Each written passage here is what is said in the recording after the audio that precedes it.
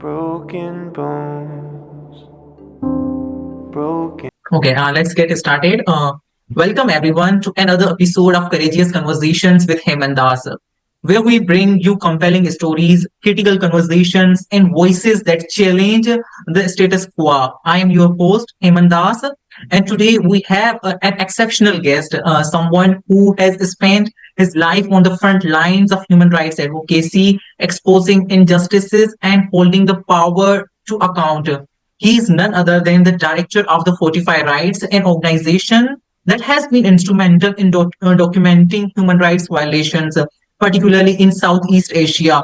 With years of experience working across the globe, from Philippines to Myanmar, he has shaped policies, amplified the voices of persecuted, and more than that, fought tirelessly for the accountability. It's an honor to welcome John Quinley to the show. Welcome to our podcast, John. I hope you're doing well. Yeah, thanks for having me. I really appreciate it. And thank you for the detailed introduction. Now, John, before we dive into more heavy stuff, I mean, in questions, I just want to say your work is truly inspiring. You have been on the front lines of human rights advocacy, as I mentioned earlier. But today we are going to unpack your journey, your mission, and the stories that need to be told. So, without any further ado, let's get straight into the questions. John, let's start with your journey. You have had such a diverse and impactful career from Philippines to Myanmar. What inspired you to dedicate your life to human rights, especially in the regions facing such complex challenges? Was there any specific movement or experience that set your path on this, or was something like that that made you think that this is what I need to be doing? Yeah, thank you. Thanks so much for that question. I came into human rights work kind of through first working in service provision. So I was doing post-resettlement services in Philadelphia with refugee communities there, mostly Syrians, Bhutanese, and Myanmar people. This was after I graduated university, so quite some time ago now. But I really became interested in Myanmar because I grew up in the region. I'm a Thai citizen. I'm a U.S. citizen. So I was born in Thailand, and Myanmar was always our neighbor here. And it was always a place where there was, a really ethnically diverse population. I traveled there as a young adult a number of times before the National League for Democracy came to power under Aung San Suu Kyi. So I traveled to Myanmar when it was a dictatorship beforehand and quite a closed off country. And so as I grew up in Thailand, I always knew that there was refugees from Myanmar coming here to Thailand. And I felt like as a neighboring country, it should be something that Thais or foreigners living in Thailand should keep an eye on. So I fell in love with the people, with the country, and always wanted to work for a broader human rights movement to see the country have democracy, have human rights, because they lived under numerous dictatorships for 60, 70 years and had experienced a lot of violations. So I've always been, I've always wanted to support the Myanmar people. I'm not Myanmar myself, so I see myself as I work for an international organization, so I see myself as coming alongside the Myanmar people and supporting them. I'm not the main actor. I'm not from the country, so I have less, skin in the game. But I'm want to be steadfast and consistent in my approach in supporting the Myanmar people and the human rights movement. It's a slow, making human rights reforms is a slow process. It's structural, so it doesn't happen in a number of days. It doesn't happen in a number of months or even years. It takes decades to do. So it takes consistent work over long periods of time. This is really incredible, John. And it is how amazing that one experience can completely redefine your purpose. Now we know your inspiration behind human rights works. Let's talk about your organization, Fortify Rights. Which has been a key player in documenting human rights violation, especially in Southeast Asia. How did you find yourself working with the organizations like Fortify Rights? What makes Fortify Rights unique in the crowded space of human rights advocacy? Yeah, great question. I've been working for Fortify Rights since 2016. I work as a researcher with Fortify Rights, doing trainings, and now I work as a director supporting our Myanmar and Bangladesh teams, which are really amazing teams. You know, my Myanmar colleagues are the ones that are on the front lines of the human rights movement. They're the ones documenting violations every day, and I'm supporting them in that regard. Fortify Rights is, yeah, like I said, founded 2013, so we're a fairly young organization. We take kind of a three-pillared approach to our theory of change. So as many human rights organizations, we investigate human rights violations.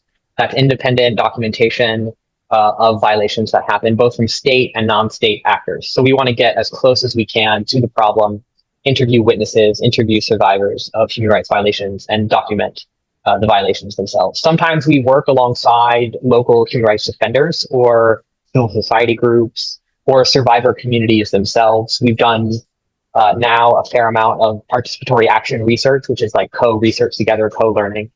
Our second pillar is what we call engage. We want to engage people in power to change problematic laws, policies, and practices and bring them in line with international human rights standards. So we're always looking at trying to push the human rights movement forward. So we always say we're willing to meet with anyone if they are willing to talk about human rights. So we'll meet with anyone that we think can change a bad situation into a good situation if they're willing to talk about human rights and be open to the human rights movement. And then our third pillar is what we call strengthen or support or service. And that's coming alongside the national human rights movements in the countries that we're working on and providing technical support, providing protection, providing different kinds of things. So it really looks different with the communities that we're working with. Sometimes we're doing workshops on human rights documentation. Sometimes we're supporting a partner organization or a human rights defender connect to a person in power. So recently connected some people to different UN mandates. They didn't have connection to them, so we helped connect them to some UN mandates. And meeting a lot with different governments and trying to push them to reform human rights in the countries that they're working, that they're leading, right? So those are kind of our three main areas in our theory of change. And we think that if we use all those three pillars together, we can make human rights reforms happen. Yeah, that is totally fascinating. Fortify Rights is not just about documenting the cases of human rights violation, but it's also building the movement and driving the systematic change. One of the most urgent crises you have been working on is the plight of Rohingya people. A community that has faced decades of persecution.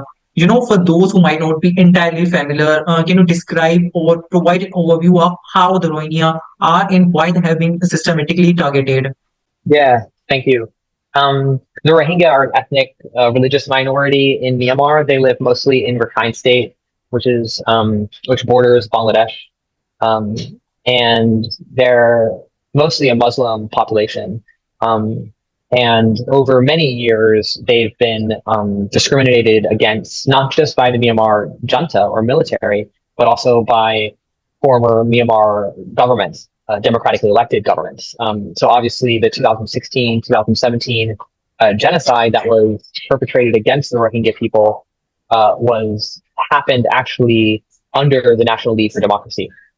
And Aung San Suu Kyi at the time, which she was considered a kind of a democracy icon or a progressive political person, she was very silent on the persecution, on the atrocities that were being committed against Rohingya by the Myanmar military. Over the years, Rohingya, many of them decades ago, had citizenship, but over the years they were stripped of their citizenship and are not considered full citizens in Myanmar. A lot of Myanmar officialdom consider the Rohingya Bengali or migrants or illegal immigrants to the country. Actually, that's not true. Rohingya are indigenous to Rakhine State, what they call Arakan State, that have been living there for generations and have a right to live in Myanmar. So the Myanmar people have been persecuted both physically through acts of killings, torture, imprisonment, and through attacks with the intent to destroy in whole or in part, which is genocidal acts. But they've also been discriminated against through these administrative mechanisms like stripping them of citizenship, freedom of movement, access to services, other things. So the Rohingya people are one of the most persecuted minorities in Myanmar. And as Fortify writes, we've been working with the Rohingya community since we've been founded. And it's an area that we continue to work on and want to see change in. I will just mention that, tomorrow is the 4th year anniversary of the Myanmar military-led coup that happened on February 1st, 2021. So it's not just the Rohingya people in Myanmar now that are experiencing violations. People in Yangon, people in Mandalay, people in ethnic states like Karen State, Shan State, or any state are experiencing what we've documented as war crimes and crimes against humanity. That's indiscriminate attacks against civilian populations, that's murders, imprisonment. So the Myanmar junta is attacking the whole civilian population, not just the Rohingya. This is heartbreaking to hear, John.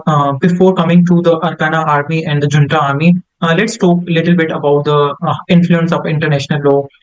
The Rohingya people are not just fighting for their rights, they are fighting for their identity and their existence. And the battle is no than, battle should not be that they should face alone. But, despite the scale of this tragedy, the global response has been a lukewarm. Why do you think that is? Is it because of Rohingyas are stateless, or is this the case of geopolitical interest overshadowing the human rights? Yeah, thanks for that. I think the Rohingya don't have been stripped of their citizenship in Myanmar. They should have restored citizenship in Myanmar. They had citizenship before, and it needs to be restored to them. The National Unity Government, which is the government that was, led by the people, that's resisting the junta, they publicly said after 2021 that they would reform the 1982 citizenship law, which has a hierarchy of citizenship, and it only allows over 100 people to be considered real citizens of Myanmar, and the Rohingya are not a part of that 100+ group of people.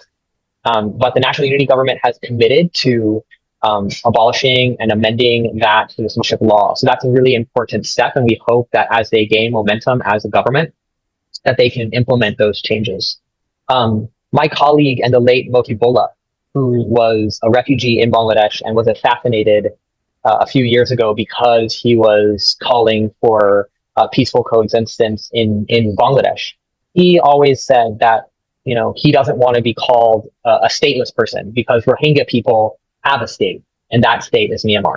And I think we need to remember that as a community, that they have been stripped of their citizenship, but the Rohingya actually are people that belong to Myanmar, that have land in Arakan state, that have businesses in Arakan state, and that a lot of Rohingya people, the term stateless is an international term, and it provides some movement, right, as an international community to make us understand that these people don't have ID documents. And that's really important. But they do have land. They do have ownership of a place.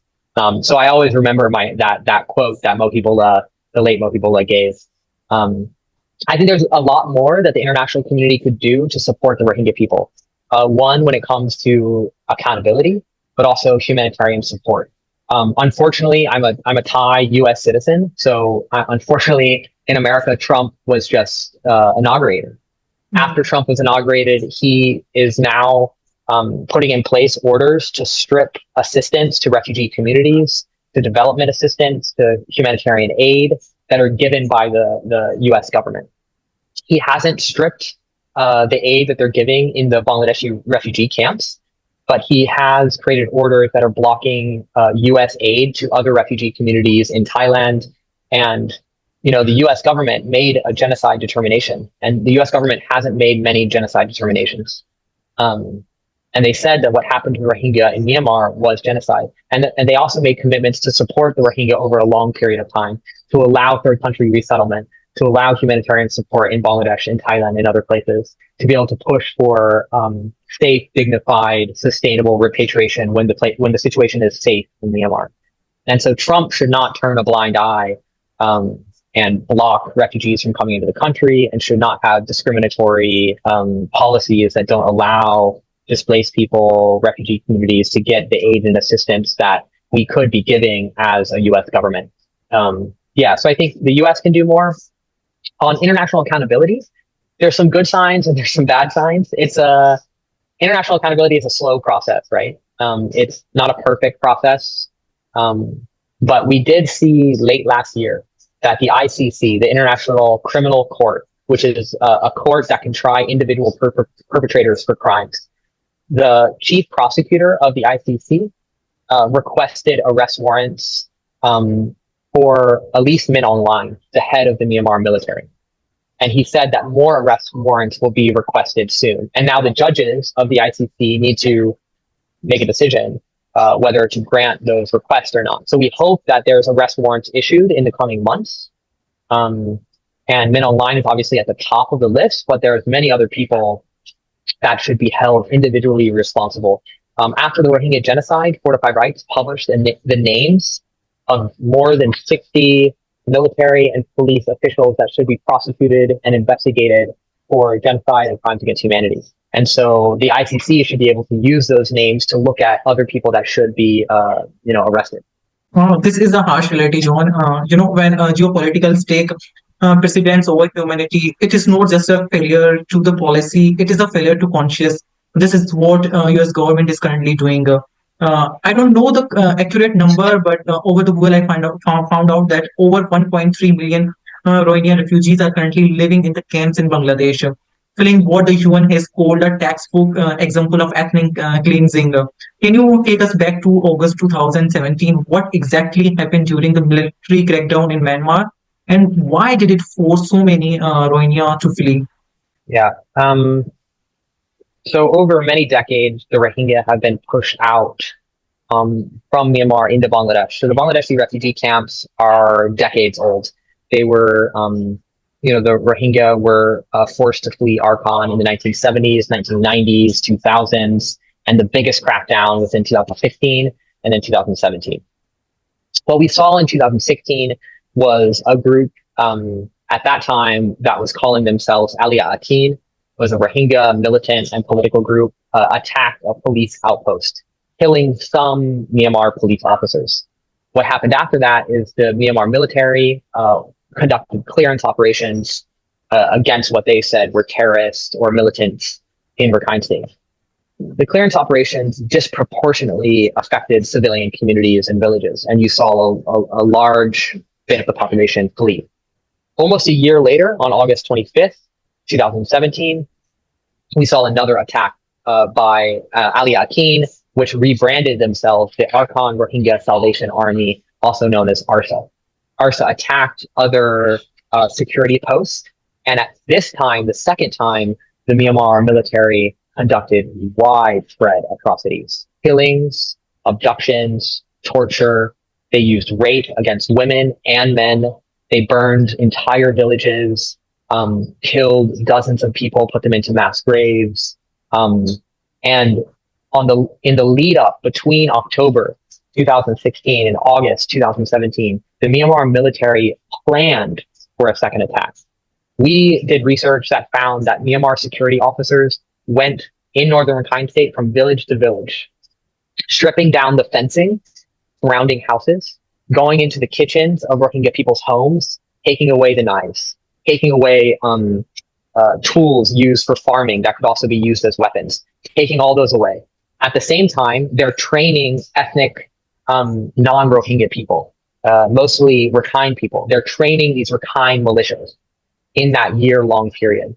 So they were preparing, they were making preparations for genocide, for atrocities that they knew might take place again. And then when the second attack happened, they used that as an opportunity to say, oh, we're just going to clear out terrorists or militants. But really, they cleared out almost the entire North Rakhine State, Mongda, Butidong, Rakidong.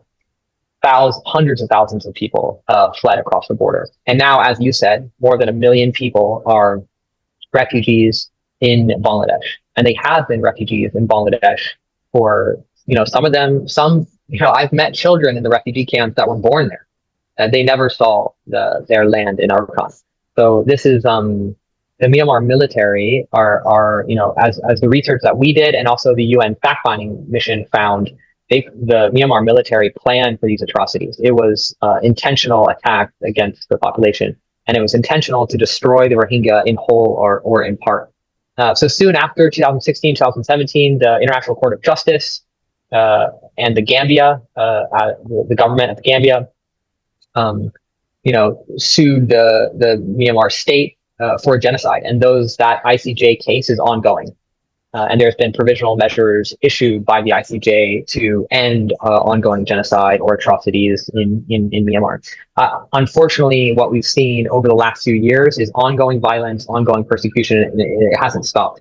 And we've actually seen a huge influx of people to Bangladesh in the recent months. Since August 2024 until now, we're seeing big numbers of people flee northern Rakhine State because of the fighting between the Arakan army and the Myanmar military. This feels like this is not just a small crisis, it is a catastrophic. And it is a stark reminder of how quickly humanity can unravel when the powers go unchecked.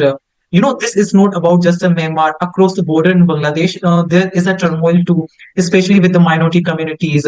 Reports suggest that increasing violence and discrimination against Hindu, Christian, and other minority communities under the current regime of Bangladesh. Do you see any parallel between the Rohingya crisis and the plight of minorities in Bangladesh? In your regard, what can be done to address these issues? Yeah, thank you. Yeah, I think there has been attacks since Hasina was ousted from Bangladesh on August 5th. Hasina fled Bangladesh and was given safe haven in India. Hasina's regime was a brutal regime that she led for 15 years. The Commission on Enforced Disappearances that was set up by the interim government found that Hasina and her top officials led a campaign of enforced disappearances, killings, abductions, detentions for many years. In July and August, Fortify Rights documented how Bangladeshi security forces attacked peaceful student movement organizers, killing young people in Dhaka, Chittagong, and other parts of the country. So this was both the Awami League, which was the main political party that Hasina was leading. So Awami League members also killed student protesters at that time. There has been reports of attacks against Hindus and Christians and others, but from what we found, it's probably not as much as is being reported by the Indian media. Like, for example, one of the cases of a Hindu being attacked, they weren't necessarily being attacked because in Dhaka because they were Hindu. It was actually because they were aligned with the Awami League. And a lot of these retaliatory attacks are because they're affiliated with the Awami League. I mean, they shouldn't be attacking each other. There's widespread vigilante justice happening in Bangladesh, and Muhammad Yunus needs to publicly call for vigilante justice to stop, for attacks against Awami League members to stop. So this is something that Muhammad Yunus could do a lot better about, right? It's a new government. Yunus is starting to make some human rights reforms. As I said, there's a Enforced Disappearance Commission. He's ratified some interesting international mechanisms and conventions. But we found under the Yunus government, there's still pushbacks of refugees at the border. So, the Yunus policies of not allowing Rohingya across the border and pushing them back into Myanmar, that's the same policies that was happening under Hasina. So even though you have this, Muhammad Yunus led a microcredit campaign that was very successful. He understands human rights. He understands development. He should also be really respecting the rights of Rohingya people, providing them protection. He could provide them refugee status. He could sign the Refugee Convention. Bangladesh has not signed the Refugee Convention. Obviously, it's an interim government, so there's some things that they can do and some things that they have to wait to do until the new elections come. But we've been urging the new interim government to create reforms in the Bangladeshi refugee camps, because right now Rohingya still don't have access to freedom of movement in the refugee camps. They have very little access to livelihoods, like opportunities to work, and they're not given any formal legal status. So these are something that the Muhammad Yunus interim government could start moving forward. And we're hoping that Yunus does move some of these reforms to protect refugees forward. It is alarming how history repeats itself. Whether it is the Rohingya or minorities in Bangladesh, the story is the same. The operation, silence, and the desperate cry for justice. In the middle of all this, let's talk about the Arcana Rohingya Salvation Army, I mean, which the Myanmar government calls a terrorist group. And as you also mentioned, that it has also been accused of widespread atrocities like mass killing, sexual violence, rapes, and burning of entire villages. Do you see the role of Arcana? How do you see the role of Arcana in this conflict? Were they a catalyst for the violence, or there is a response of decades of operation? Yeah, we didn't see the Archon. You're talking about the Archon Army, right? The Yeah. AA. Yeah. 2016, 2017, the AA were not really a part of the atrocities. But what we saw in the last few years, as they gained more territory in Rakhine State, we've seen them become a lot more abusive towards Rohingya people. The same day that Sheikh Hasina fled Bangladesh to India, the Arkan army on August 5th attacked a group of 100 Rohingya, more than 100 Rohingya people fleeing Mongdal. There was fighting between the Arkan army and the Myanmar military. And a large number of Rohingya were fleeing down to the Nak River to cross to seek safety in Bangladesh. Fortify Rights documented how the AA used mortar attacks and drone attacks to target this group of fleeing refugees. And the group of fleeing refugees were men, were women, were children, were the elderly. This was not a group of armed combatants. We did find that there were some members of a Rohingya militant group in the group that was fleeing, but we found that it was a disproportionate attack against a civilian population, and that the military, that there wasn't a real military target. There was only a few Rohingya militants that were in that group of fleeing refugees. So we find the attack on August 5th as a war crime. The Arkan army has not publicly admitted to attacking that population. When we published our research, the Arkan army came out and said that it was fabricated, that the people that we talked to were not legitimate sources. But we stand behind our research, and we believe that they should hold their troops accountable for the attack on that Rohingya population. The Arkan army is against the Myanmar military. They're fighting for their land in Myanmar. But they also need to respect human rights. They need to respect Rohingya identity. And right now, they're not doing that. And so in some ways, I see the Arkan army as a part of the problem, not the solution for Rohingya people. But I think the Arkan army can do the right thing. They have an administrative structure in Rakhine State. They have a humanitarian department. They have judicial systems. They have a whole state government structure. So they could prosecute their soldiers that are committing crimes. They could allow Rohingya to be a part of their government, their state government that they're starting to build. They could allow Rohingya alongside the national unity government to get citizenship. So there are things that the Arkan army can do to respect the rights of Rohingya people. And just finally, the Arkan army is taking large bits of territory. They're liberating big parts of Arkan state. They're taking it from the Myanmar military. This is like good news. The Myanmar military is losing ground in Arkan state. This is good. But in Arkan state, there's also internment camps that Rohingya have been put in for decades. They're not allowed to leave these internment camps. As the Arkan army liberates those areas, they should allow Rohingya people to leave the internment camps. In central Rakhine State, there's a number of these internment camps. The first thing that the Arkan army should do when they arrive is say, okay, we've liberated this area. Rohingya people, you can leave the internment camp. You can go back to your original homeland. You can have freedom of movement. These are basic things that the Arkan army and their leadership could easily implement. This is quite a complex dynamic, John. And it's like the age-old question, does violence beget violence? Or is it the only language the oppressor understands? But at the end of the day, as you mentioned, that accountability matters. As you talked about, the International Court of Justice has ordered Myanmar to prevent genocide, and the ICC in investigating crime against humanity. But the Myanmar military junta is in the power. Do you think justice is possible in between that? And what would it take to hold the perpetrators accountable in this case? That's a great question. It's a complicated question. I would say the Myanmar junta is losing control of the country. They don't actually have that much territorial control anymore. They control some of the main areas like Naypyidaw, Yangon, Mandalay. They're about to lose probably a main base in Mandalay region, and they've withdrawn their troops from that area. So they're losing a lot of territorial ground, and as they're losing ground, the resistance forces that are a part of the national unity government or that are a part of these ethnic resistance organizations like the KNU, like the KNDF, like the IEC, like the Chin up in Chin State, they're creating administrative structures. They're creating local government structures. So in the US, right, we have our national government and then we have our state government. Same kind of thing in Myanmar. So these state government structures are becoming really sophisticated and fully operational.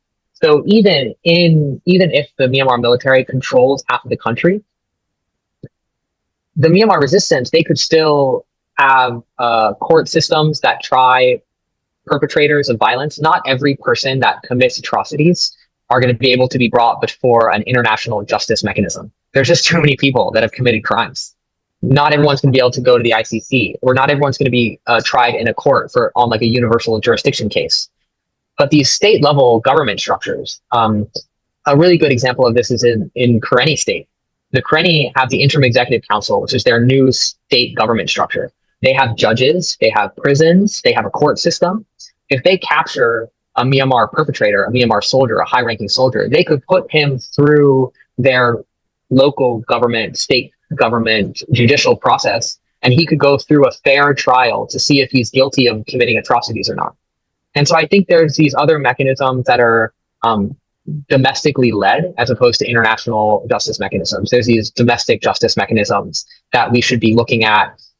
And Fortify Rights wants to support some of these local justice initiatives. And that's something that's kind of part of our strengthening side of our work, is coming alongside these local government structures, supporting them as best as we can. So this is something I think international groups or the kind of the wider audience should be putting their faith in, because international justice is very slow.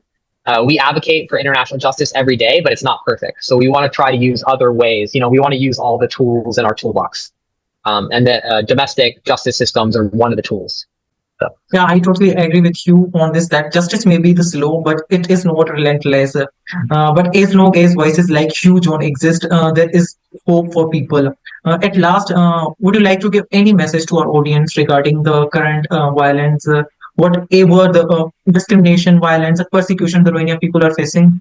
Yeah, thank you. I guess I would just say, as the situation becomes protracted, I would encourage the international audience to keep their eyes on Myanmar. There might not be a lot of media coverage. There might be a decrease in funding for Myanmar on a global scale, but there are national level groups that are doing really good work that you could support. These small national level humanitarian groups, ethnic groups that are sending aid into the country for internally displaced people. There are some really amazing Myanmar-led newspapers that are publishing about Myanmar every single day. So it might not get in the New York Times, or it might not get in Reuters every day, but these Myanmar newspapers, they're publishing about Myanmar every single day. You have the Democratic Voice of Burma, you have Myanmar Now, you have the Irrawaddy. These are really strong newspapers that are publishing every day. So I would encourage your audience to read those local papers, maybe to donate to them. The local media landscape in Myanmar needs support, And I would just say that I think as an organization, we're going to keep working with the Rohingya people, with the Myanmar people broadly, until there's democratic reforms and human rights throughout the country.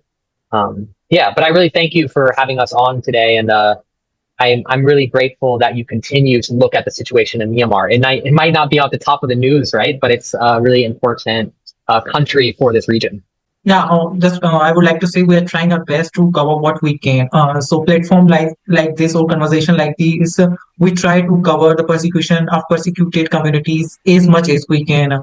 With that, this conversation has really been eye-opening for me, honestly, and I hope this would be the same for audience.